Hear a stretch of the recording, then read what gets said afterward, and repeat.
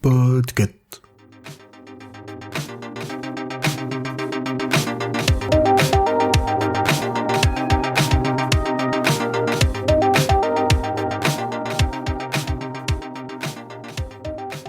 Bonjour, bienvenue sur Watchlist, le podcast de recos, films, documentaires et culture du label Podcut. Ici Noémie du podcast So 80s, où on parle sans surprise des années 80. Et je viens pour vous conseiller non pas une, mais 2 séries. Il y a quelques mois, en regardant les sorties de séries, je me suis dit, tiens, les présidentielles sont finies et tout le monde a l'air de vouloir rire avec la politique. Et ça m'a surpris, parce que en général, moi je suis plutôt une grosse fan de séries politiques, de The West Wing à Baron Noir, en passant par House of Cards, soit la version américaine, soit la version anglaise, ou encore l'hilarante série Parlement, sur le Parlement européen qui est diffusée sur France TV /. Et en général, même s'il y a un peu d'humour, on est plutôt dans des trucs un peu sérieux. C'est vrai qu'utiliser la politique pour parler de la vie des gens, c'est pas mal, et puis quand même ultra dramatique, avec des archétypes et des enjeux plutôt clairs. À la fin d'une élection, en général, il y en a un qui gagne. La politique, c'est donc un bon sujet de fiction. Mais la nouvelle, début 2023, c'est que la politique devient un bon sujet de comédie.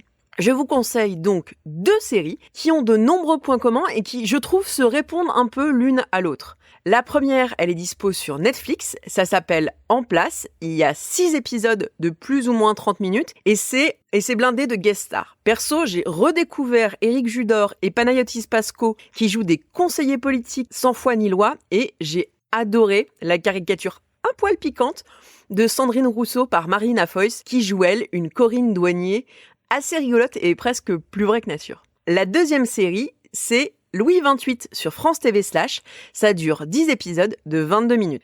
Dans ces 2 séries, on part de la même idée. Une idée qui est assez connue en termes de narratif, qui est le « et si ». Et si le personnage joué par Jean-Pascal Zadi, qui s'appelle Stéphane Blé dans la série, et qui est animateur dans une MJC, devenait président, ou en tout cas candidat à la présidence de la République. Et dans le cas de Louis XXVIII, et si la France était encore une monarchie, avec un ado à sa tête. Un ado avec une histoire familiale un poil complexe. Grâce à ces 2 situations de départ, l'une étant quand même beaucoup plus probable que l'autre, les 2 séries déroulent des ressorts comiques qui sont un peu communs de comment on fait pour gérer le pouvoir, comment on fait pour gérer les gens qui vous entourent, qu'est-ce que c'est que vouloir du pouvoir. Alors oui, Louis XXVIII a un côté un peu plus série d'ado avec un peu moins d'enjeux et En place, mais plus directement les doigts dans les plaies sociales contemporaines, notamment celle du racisme, de l'islamophobie et pour une part de la gilet-jaunisation de la société.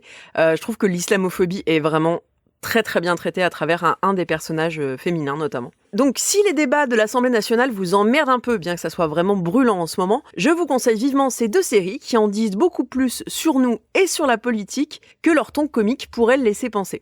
Alors je vous rappelle que Watchlist est un podcast du label Podcut, vous pouvez nous réécouter toutes les semaines. Dans le label, il y a plein d'autres podcasts, ils sont tous formidables et vous pouvez nous retrouver sur notre site podcut.studio. Je vous dis à très bientôt pour de nouvelles découvertes de séries.